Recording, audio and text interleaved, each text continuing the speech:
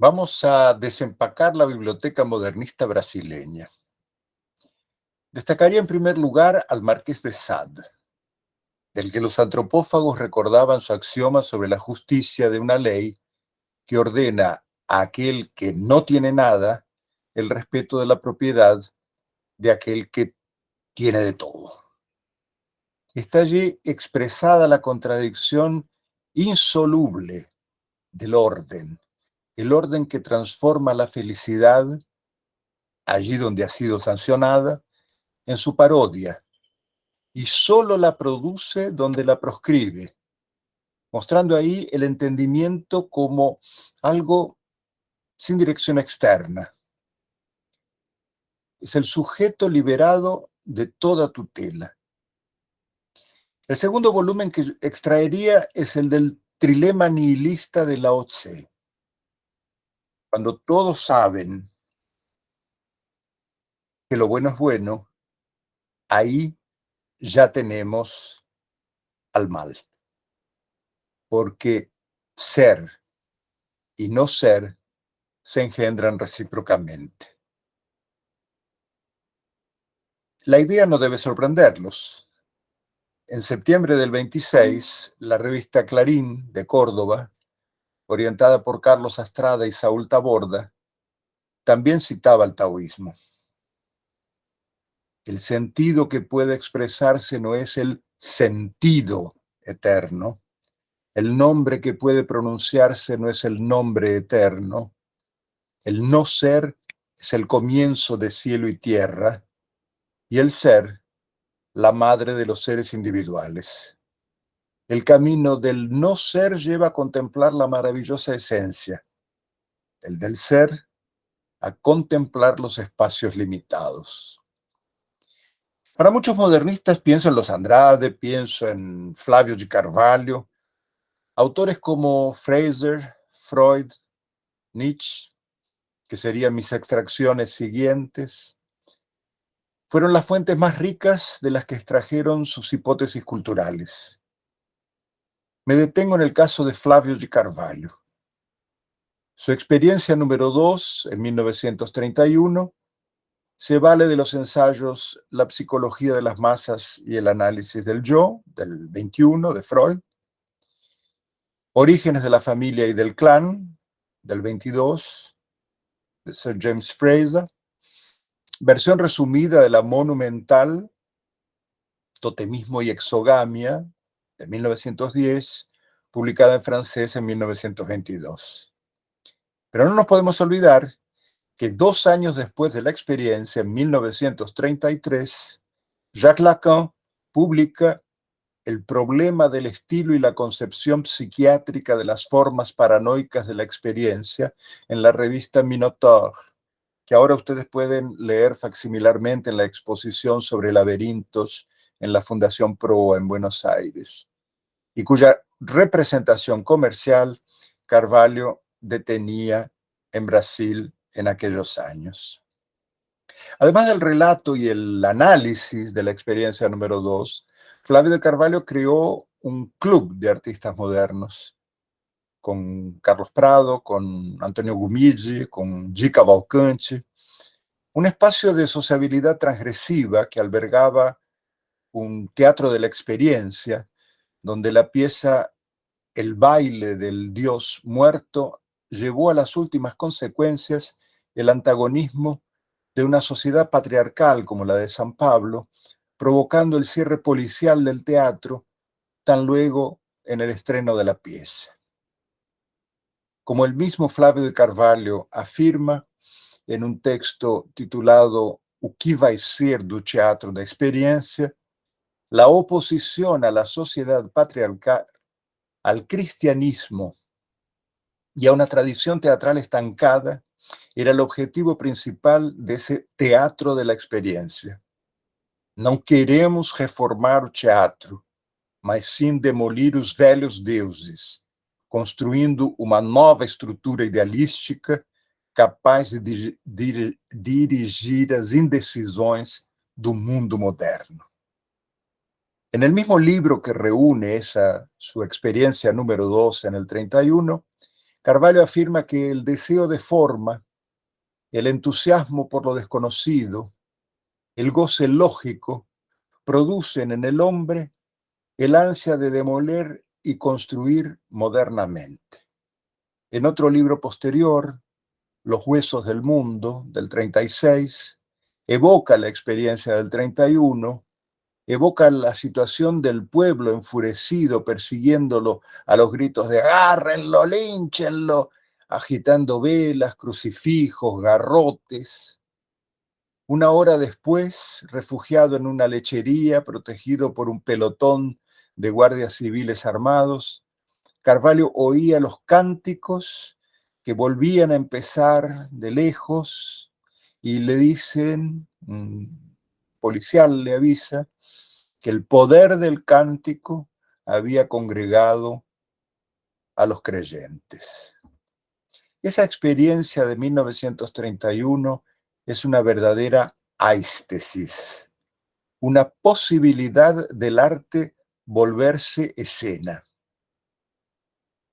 Por medio de la escena, el arte deja de ilustrar una idea y pasa a ser una especie de máquina óptica.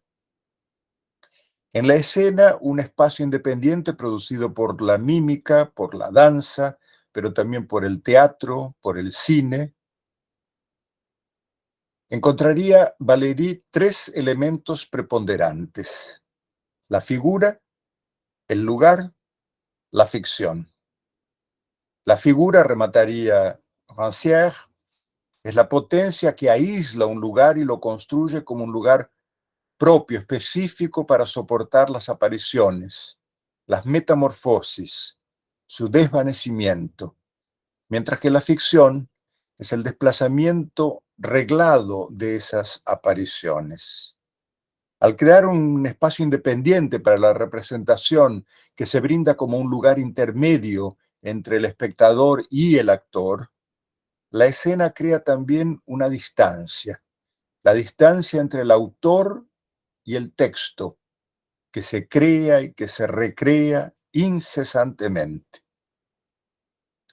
En un viejo ensayo ya de 2000, Genealogía del mimetismo, estudios culturales y negatividad, tuve ocasión de señalar que en ese poder retórico del simulacro, que no se adapta al vacío contemporáneo, evocando una plenitud esquiva, en el agotamiento de todo mito transformado en religión, y por último, en la comprensión de la verdad como estrategia del desastre, residen los presupuestos de un conjunto de prácticas post-iluministas que desbordan la razón, transponen los límites de la experiencia y nos proponen paradójicamente la ambivalencia de todo valor. Esto nos llevó en años más recientes a comprender que el neoliberalismo, a diferencia del liberalismo clásico o del simple neoconservadorismo, es una construcción positiva que se apropia no solo del orden del Estado, sino que es un permanente productor de reglas institucionales, jurídicas, que modelan un nuevo tipo de racionalidad, la racionalidad actual del capitalismo. Los valores fundantes de la modernidad, verdad, democracia, igualdad, justicia, habiendo perdido sus referentes y en última instancia su mismo valor, se han vuelto intercambiables hasta vaciar su sentido original.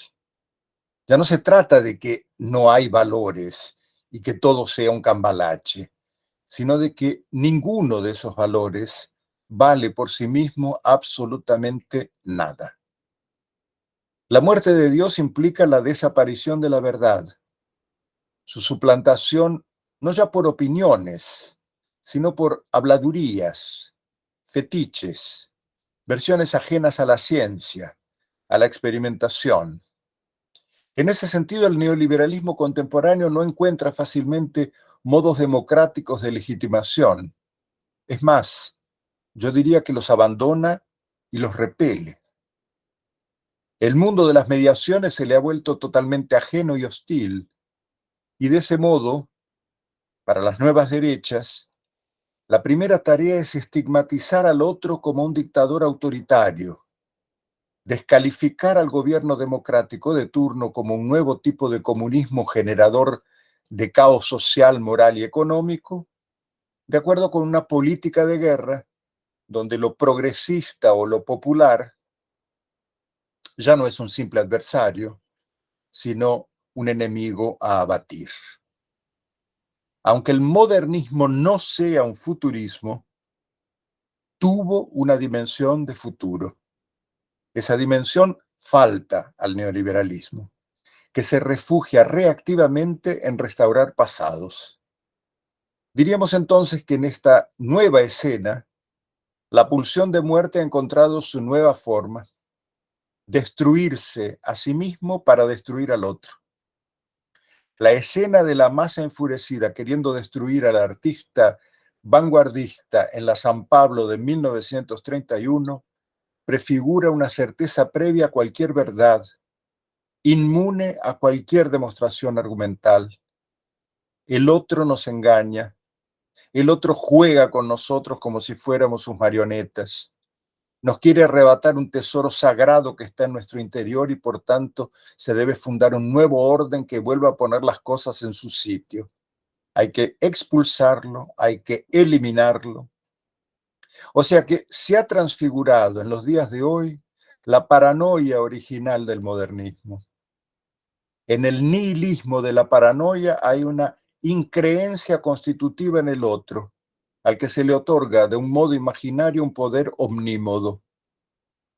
Ese otro embustero puede hoy ser representado de muchas maneras. Las conocemos: el comunismo, Venezuela, los extranjeros, el populismo, el feminismo, cualquier líder que tenga un arrastre popular. Y de ese modo, los puntos de anclaje que sostenían a la verdad y a su fragilidad inherente son sustituidos ahora por certezas resentidas. Ya lo había visto Nietzsche y lo trabajó Freud cuando percibieron que en la modernidad existe un gran caudal social de odio, o sea, de pulsión de muerte. El odio querellante del bolsonarismo es la respuesta hostil a un otro moderno que lo amenaza. Un otro inventado por la propia estructura paranoica, ya centenaria, del modernismo.